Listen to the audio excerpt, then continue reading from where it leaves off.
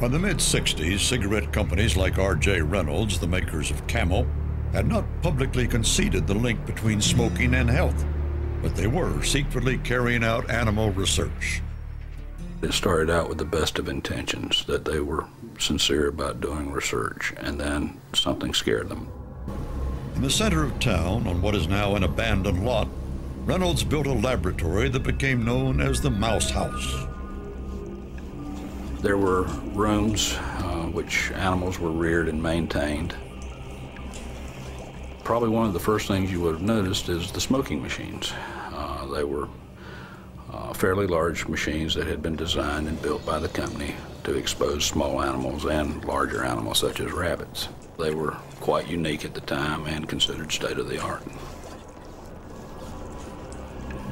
The experiments examined how inhaled smoke affected animals, in the belief it would help scientists understand the impact on human health.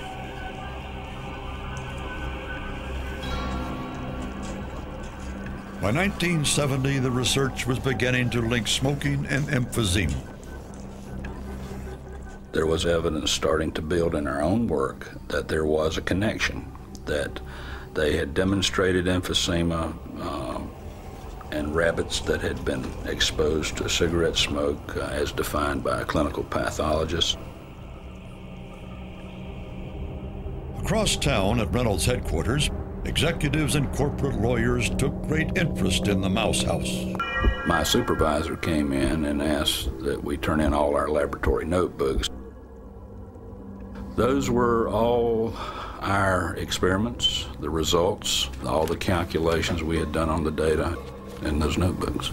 The explanation was given was the legal department wanted to look them over to see if there was something potentially damaging to the company.